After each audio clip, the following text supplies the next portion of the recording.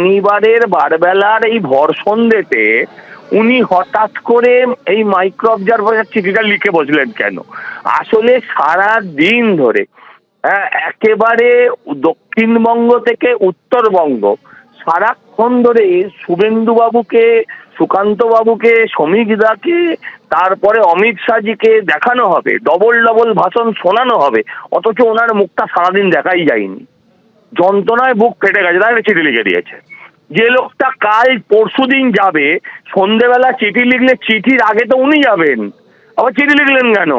কোন যৌক্তিকতার চিঠি আছে? আর মাইক্রো অবজারভার নিয়োগ হয়েছে তো আজ থেকে 4-5 দিন আগে কি তারও আগে। তাহলে এখন কেন হঠাৎ মনে হলো যে মাইক্রো অবজারভারটা অনৈতিক? বলুন না আপনারা। কোনো রাজ্যে তো অবজারভারের গাড়ি ভাঙচুরও করা হয়নি, অন্য কোনো রাজ্যে তো তৃণমূল কাউন্সিলরের হুমকিতে একজন বিএলওকে সুইসাইডও করতে হয়নি, অন্য কোনো রাজ্যে তো এরকম অনেক ঘটনাই ঘটেনি যা কিনা পশ্চিমবাংলায় হয়েছে। এবং সবচেয়ে বড় কথা হচ্ছে, অন্য কোনো রাজ্যের মুখ্যমন্ত্রী মমতা ব্যানার্জির মতো বলেনও নি এসআইআর শুরু হওয়ার আগে যে আমি বেঁচে থাকতে এসআইআর হবে না।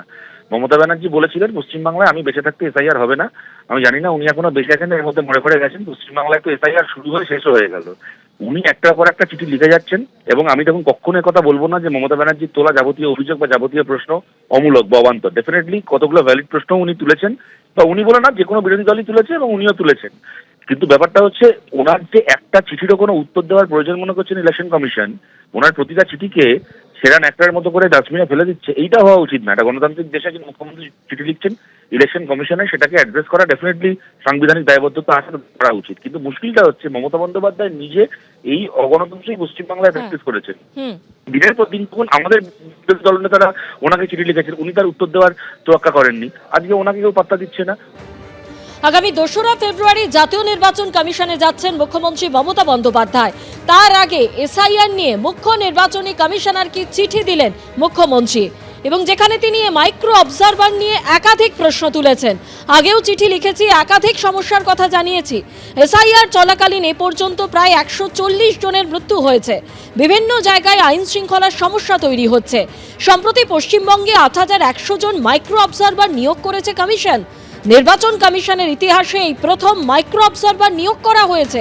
আইন তৈরি ছাড়া এই ধরনের মাইক্রো অবজারভার নিয়োগ করতে পারে না কমিশন।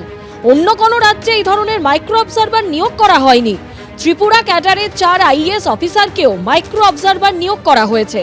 কিছু মাইক্রো অবজারভার সিইও অফিসে বসে কাজ করছেন, কোনো আইনি অনুমোদন ছাড়াই ইসিআই পোর্টাল নিয়ন্ত্রণ করছেন। অসৎ উদ্দেশ্য নিয়ে তারা এসআইআর প্রক্রিয়া প্রভাবিত করতে তথ্যের গরমিল করছেন। বড় সংখ্যার ভোটারকে বাদ দিতে পেছনের দরজা দিয়ে চেষ্টা চলছে। জ্ঞানেশ কুমারকে চিঠিতে লিখলেন মুখ্যমন্ত্রী মমতা বন্দ্যোপাধ্যায়। প্রসঙ্গত, আগামী 2রা ফেব্রুয়ারি সোমবার জাতীয় নির্বাচন কমিশনে যাবেন মুখ্যমন্ত্রী মমতা বন্দ্যোপাধ্যায়। তার আগে এসআইআর নিয়ে মুখ্য নির্বাচন কমিশনারকে চিঠি দিলেন মুখ্যমন্ত্রী, যেখানে মাইক্রো অবজারভার নিয়ে একাধিক প্রশ্ন তুলেছেন তিনি বলছেন যে আইন তৈরি ছাড়া এইভাবে মাইক্রো অবজারভার নিয়োগ করতে পারে না কমিশন। অন্য কোনো রাজ্যে এই ধরনের মাইক্রো অবজারভার নিয়োগ করা হয়নি। এই নিয়ে একাধিক প্রশ্ন তুলেছেন চিঠিতে মুখ্যমন্ত্রী মমতা বন্দ্যোপাধ্যায়। এবিপি আনন্দ, এগিয়ে থাকে, এগিয়ে রাখে।